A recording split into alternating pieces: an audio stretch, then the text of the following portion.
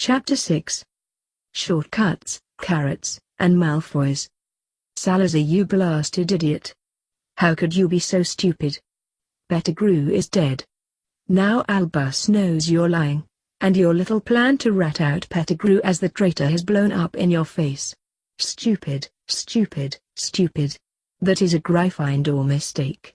Why didn't you check to make sure the rat was still alive? Salazar ranted to himself, as he ran down a dimly lit shortcut. He was obviously not in a good mood. He had just come from the common room, where he had written a letter to Lily and James giving them the details about Sirius Black and Peter Pettigrew. Salazar, of course, had learned this information from Snape during detention. Snape wanted to know how Dumbledore reacted to the news about Salazar meeting a dead Peter Pettigrew, so Salazar told him that Dumbledore looked shocked, but hadn't said anything. Now Salazar knew why Dumbledore had looked shocked. Pettigrew was dead. It was also one of the reasons why Salazar was running full speed down a dimly lit, and very dusty shortcut, that he was pretty sure hadn't been used in the few centuries. This one led from the dungeons straight to the second floor, and for once he was thankful for all the running he had to do to get away from Dudley. Just 2 more shortcuts to the Owlery. I have to get this letter to Lily and James. They are going to be so disappointed. I hate to have to tell them this news about Sirius, but I cannot believe I was so stupid. He was so busy yelling at himself that he wasn't paying any attention to how close he was to the end of the shortcut. He burst out of the hidden exit in a massive whirlwind of dust, and crashed into the back of a man wearing a purple turban. Then a few things seemed to happen all at once. Professor Quirrell let out a surprised scream at the same time Salazar felt his nose make a horrible crunching sound. Salazar spun around wildly with tears in his eyes from the sudden blinding pain in both his nose and his scar, but he managed to see that Quirrell was now laying sprawled out on the floor because of the impact. He wasn't alone though. A very surprised Snape, McGonagall, and Dumbledore were also standing there, and they had all apparently been talking with each other. The professors were now coughing and sputtering because of all the dust in the air, but Salazar just stood there in shock trying to process what happened.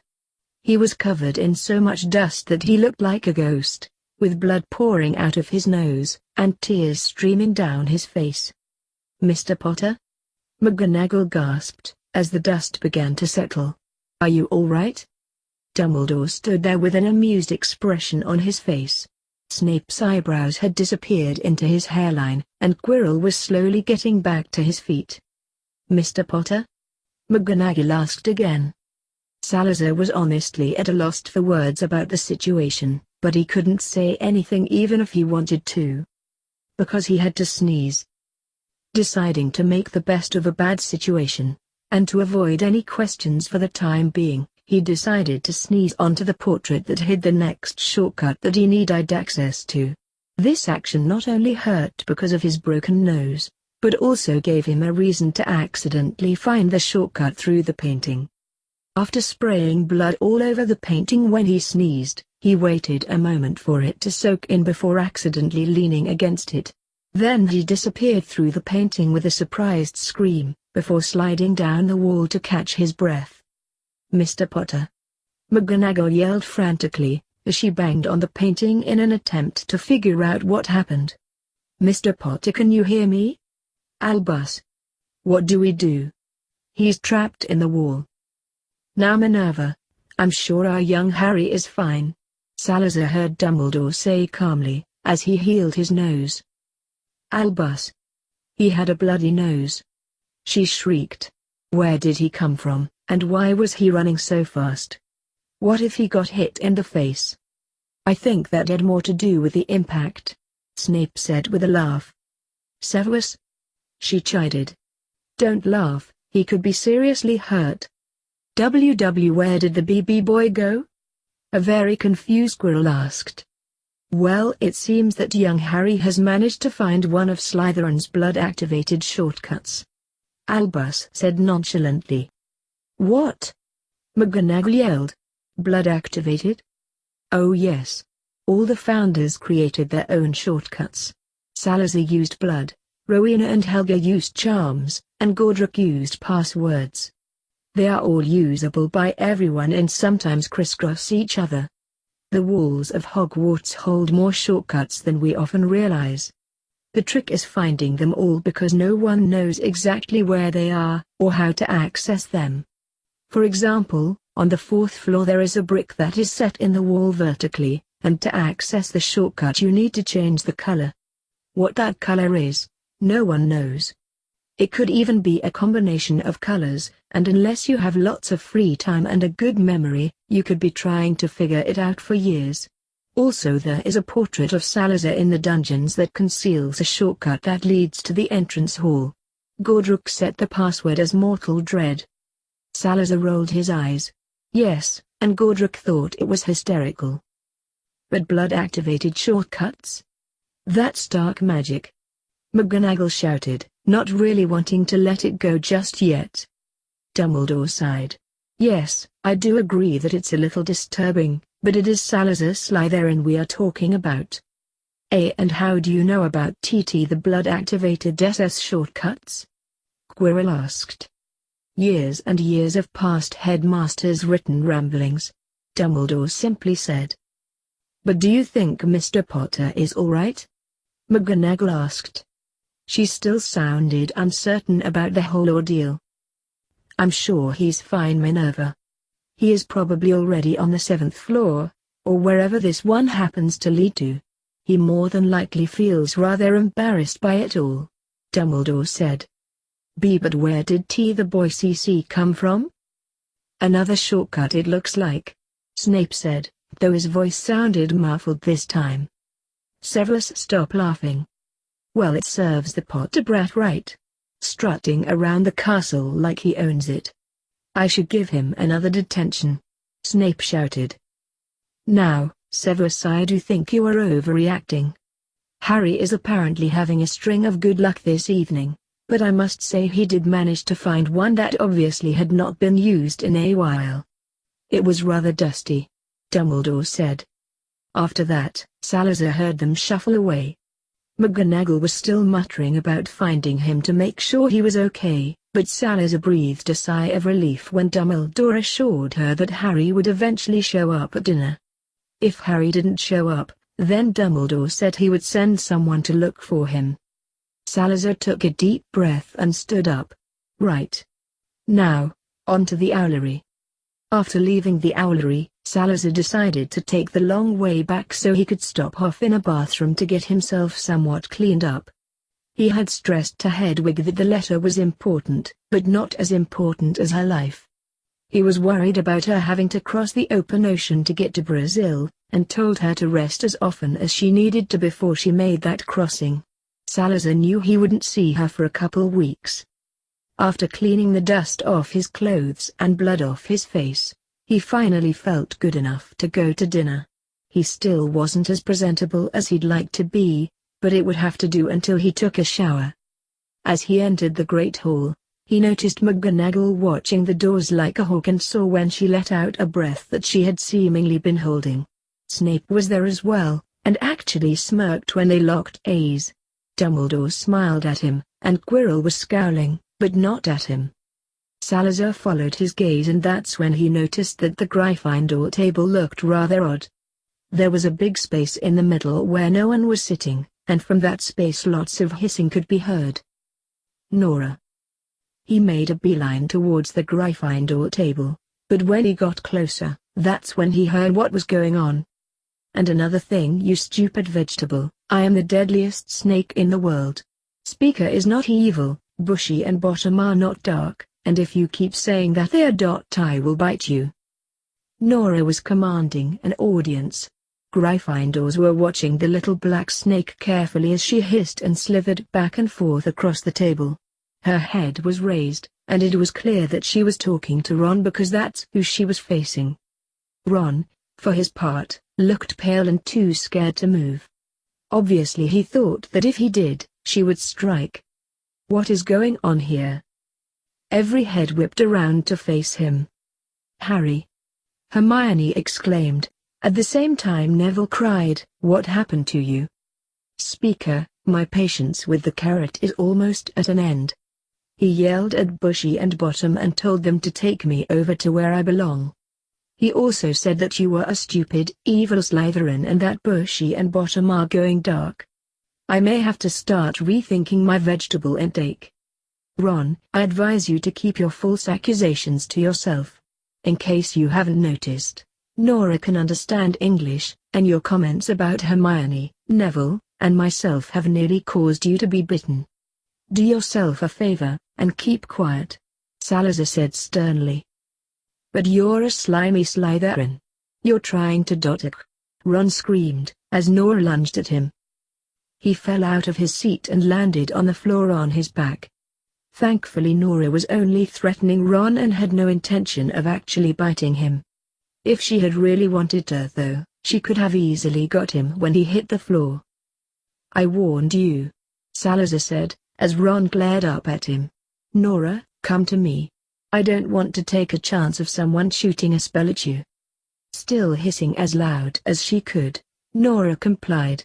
She slithered over to him, and disappeared in his robe sleeve. Are you two all right? Salazar asked, looking at Hermione and Neville.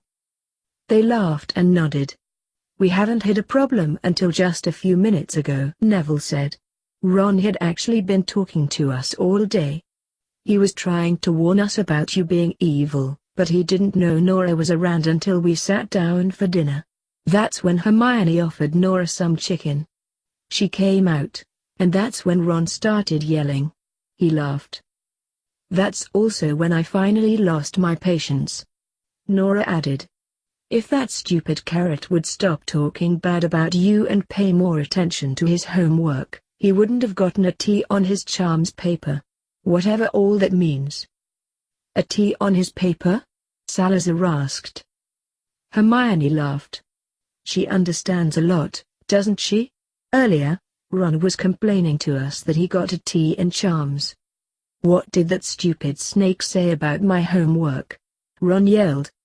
That if you stopped worrying about me and what I am doing, and paid more attention to your studies, you wouldn't get bad marks. Ron glared at them before stomping to the far end of the table. He sat down in a huff, and began piling food onto his plate. Stupid vegetable. Nora grumbled. So Harry, what happened to you? Neville asked. You look a mess. Harry sat down at the Gryffindor table and began to place food on his own plate. He ignored the curious looks and glares of the Gryffindors though. Well, I found a shortcut, he said, and began to explain what had happened earlier.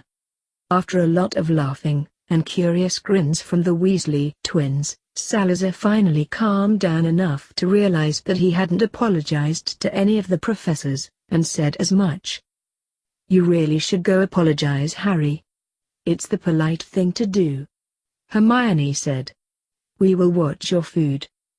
It is the polite thing to do. Thank you, Hermione, Salazar said with a nod. Then he took a deep breath, got up, and headed for the head table. Mr. Peapotter, what can I do for you? Quirrell asked, as Salazar approached him. Salazar sucked in a deep breath, as pain flicked across his scar, but he tried not to let it show. Sir, I just wanted to apologize for knocking you over. I was telling Hermione and Neville what happened when I realized that I hadn't. Are you okay? I didn't hurt you, did I? He asked, looking as innocent as he could. No, Mr. Peapot, you didn't hurt me. However, I am curious about where you ended up. Oh, I came out on the 5th floor. I honestly don't even know how I fell through that painting. I was just out exploring because I haven't had a chance to yet. I had overheard some old Ravenclaws talking to first years about shortcuts. They said that the founders used magic to hide them, so I went around trying to find them. I honestly didn't know what I was doing, but I read about the revealing charm and decided to see if anything came of it. And did it, Potter? Snape asked curtly. Oh yes, sir. I found a shortcut from the dungeons to the 2nd floor. Quirrell glared at him, and that made the scar sting even more. And why were you in such a hurry? It was scary, dark, and full of dust. Salazar said with a grimace, as he rubbed his scar. I don't know if I will use it again. Snape's eyes flickered between Salazar and Quirrell, but Salazar decided not to acknowledge it right now, especially in such close proximity to Quirrell. And what about you, Mr. Potter? Are you all right? McGonagall leaned over and asked with concern. Yes, Mom. Salazar said with a nod. I fixed my nose. I think I broke it. You fixed your nose? She asked with a raised eyebrow. Yes, Mom. I read about a minor healing charm in a book I bought over the summer. I used a puss key, and I think I got it to work properly. At least it doesn't hurt now. Still, I would like you to visit Madame Pomfrey in the hospital wing just to be sure. I warn you, I will be checking with her to make sure you went, so don't try to skip out. Yes, Mom. Again, I'm so sorry for running into you all like that. Especially you, Professor Quirrell. It's all right, Mr. P. Potter. Salazar nodded his head slightly, turned, and made his way back to the Gryffindor table. It had been a very long day, and he was hungry. A few days later, Salazar found himself in yet another amusing situation. Only this time he hadn't caused it. Well, not entirely, that is. Apparently the little blonde nuisance known as Malfoy had indeed told his father, and now Salazar found himself in the headmaster's office facing said father.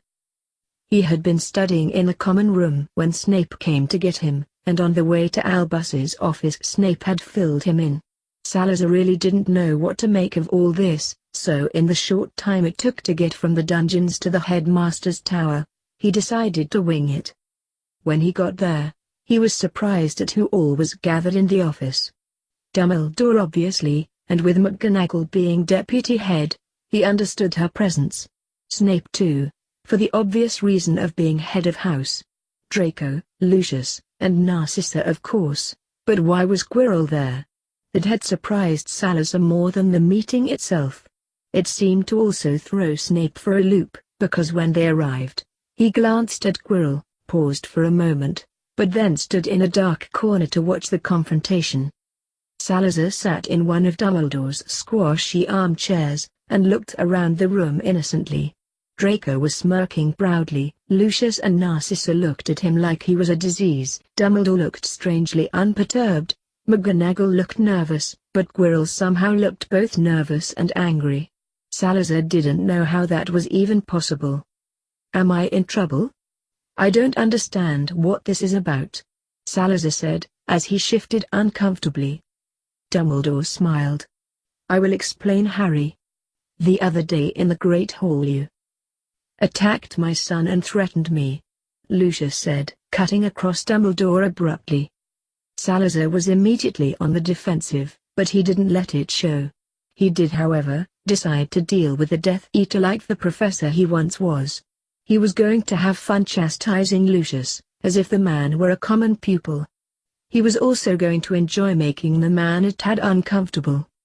He shifted around until he was sitting up straight in the chair. Then he steepled his fingers, cocked his head to one side, and called for Nora without taking his eyes off the Malfoys. My dear, perhaps you should make your presence known. I would not like for anyone to accuse me of hiding you. You can sit on the arm of my chair. Very well, Speaker, she said, sliding out of his robe sleeve. I want to see what Puny's family looks like anyway. Salazar smiled, but suppressed a chuckle as Lucius and Narcissa's eyes widened in fear at suddenly hearing Parseltongue. He was also happy to notice that Lucius's eyes flicked across his body posture, but they zeroed in on Nora when she coiled up on the arm of the chair. This should go a little easier, Salazar thought. It could even be entertaining. I'm afraid I don't understand, Mr. Malfoy. Could you elaborate? Salazar asked curiously. Lucius recovered quickly and was back to his normal arrogance. We are here today to settle this little matter and see that there will be no more threats from you towards me and my son. You attacked my son, and threatened me. I do believe the words were, tie his slimy ass up into a blasted pretzel. That is a threat, Mr. Potter, in case you were unaware. I am aware of that, Salazar said, cold voice. However, did little Draco also tell you that he attacked a friend of mine in the middle of the Great Hall? I responded by banishing a pitcher of milk at him. He also cast the full body bind curse at me, and I responded with a shield charm that caused the full body bind to rebound. I am sure that you are fully aware that shields can do that. It is not my fault that your son lacks the self-preservation skills that Slytherin prides itself on. Draco attacking his peers in the middle of the Great Hall, like a hot-headed Gryffindor, doesn't bode well for the Malfoy family name. But as the Muzz say, like father like son, Salazar said with a sigh. Salazar noticed that the Malfoys visibly stiffened at the verbal bob. Dumbledore chuckled, McGonagall sucked in a breath, and Quirrell let out what sounded like a tiny snort. He, of course, couldn't see Snape, but he did hear the young man shuffle around. Lucius narrowed his eyes. How dare you, Potter? He spat. My son does not act like a Gryffindor, nor do I. Are you sure? Salazar asked. Because I have only been here for a week and a half and I have been trying to figure out how the Malfoys ended up in Slytherin in the first place. Your son starts things in the middle of the Great Hall so that he gets laughed out of the very room. He threatens me by yelling about telling his father, when he is the one who starts it. Then he runs to dear old daddy to fix his problems for him. Well, I suppose that last part could be considered Slytherin-like, but not by much. As for you acting like a Gryffindor, Mr. Malfoy, well, a Death Eater who screams Imperius just after Voldemort is destroyed is very brave. Bravery is a trait of Gryffindor, not Slytherin, last I checked, Salazar said, and the room suddenly became very still and quiet, as everyone stared at him in shock. How dare you? Lucius shouted, jumping out of his seat. I have never been so insulted in my life. You don't even know what you are talking about. Sit down, you pompous clown. Nora yelled, as she lifted her head and hissed loudly.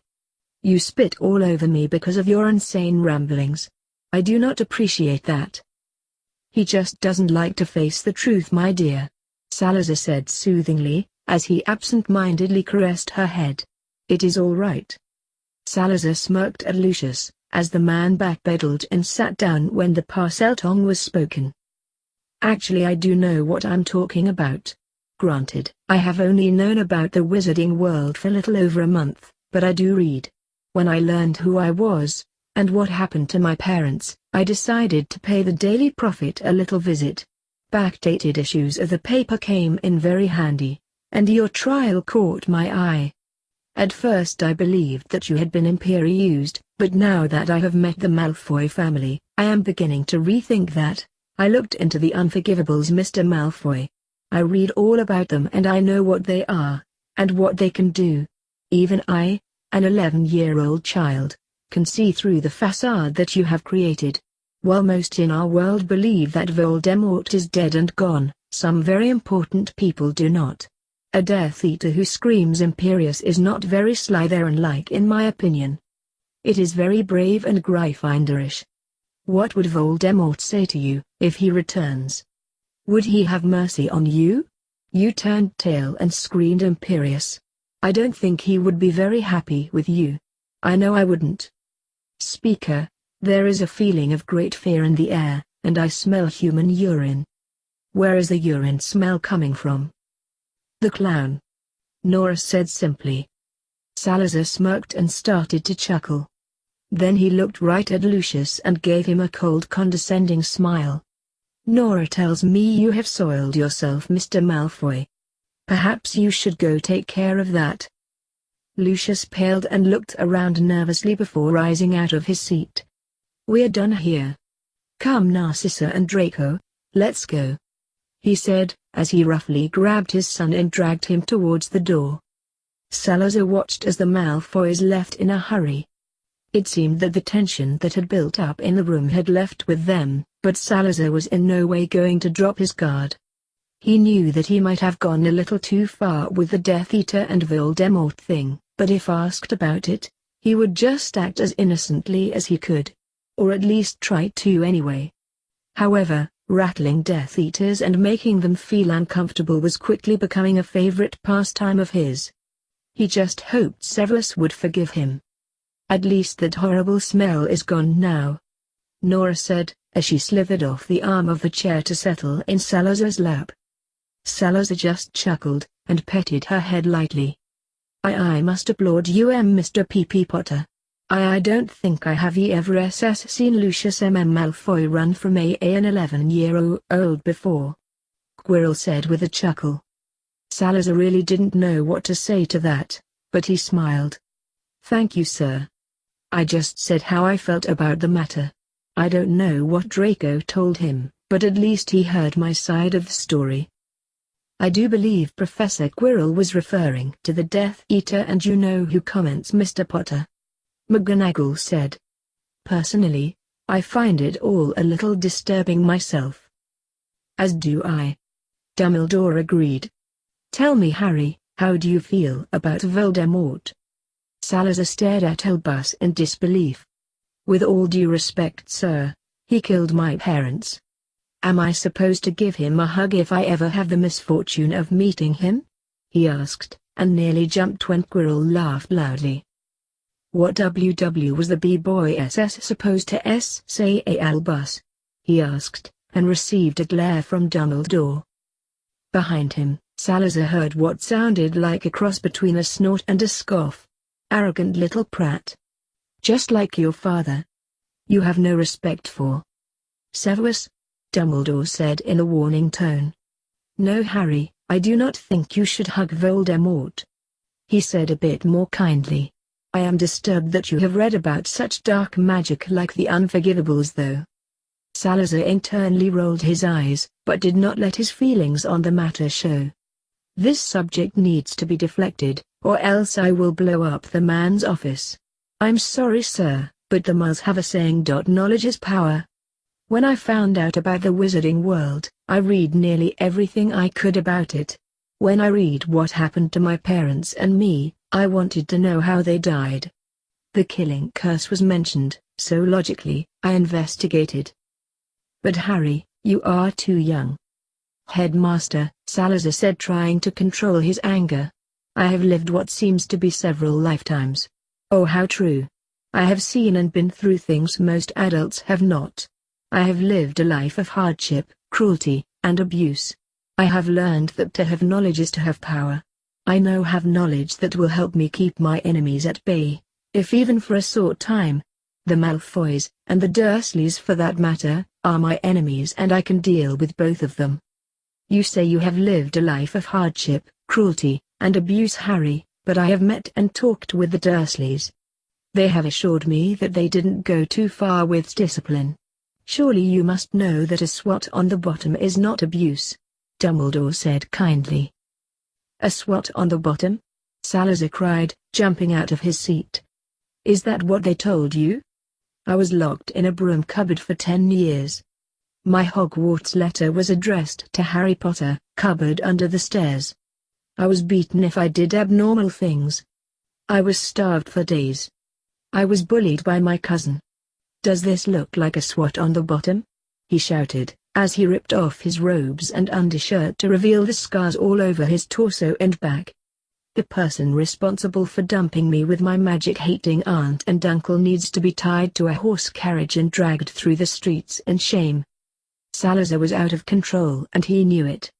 His head was throbbing from the pain in his scar, Dumbledore's desk was vibrating violently, and he knew that if he did not get out of that room, something bad was going to happen. Just not the desk. Please, not the desk. Godric built it with his bare hands without magic. Not the desk, not the desk. Boom. That side table will do.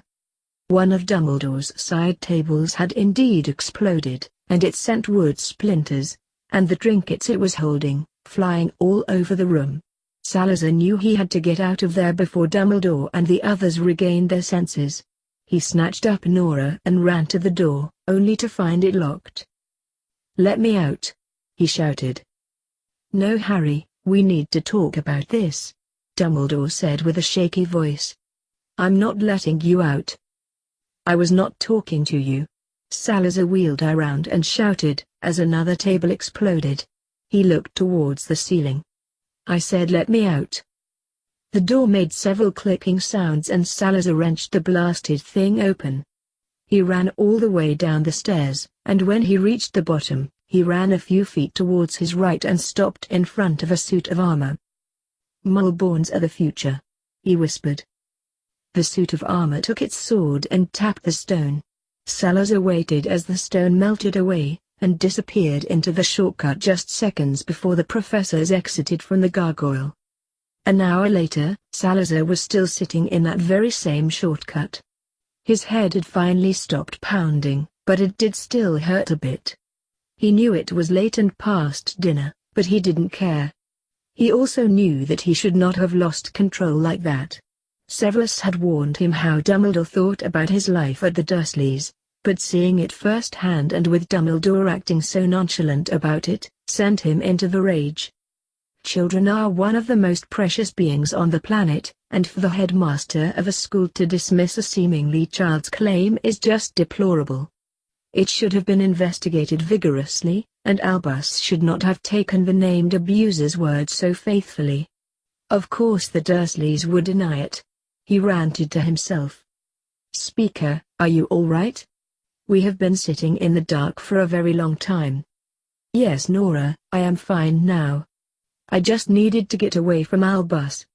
I shudder to think at how many real children have suffered because he refuses to believe that family can hurt one another. He should be dismissed." "No, I'm afraid I may have to disagree with you. Albus has many faults, but as long as he is at Hogwarts, the school remains safe from an outright attack by Voldemort." "But isn't Morty coming to get the stone?" Nora asked curiously.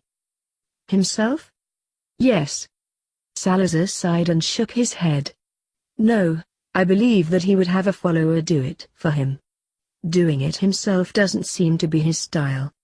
Besides, he doesn't have a body and wouldn't be able to touch the stone, much less use it." "I understand," she hissed.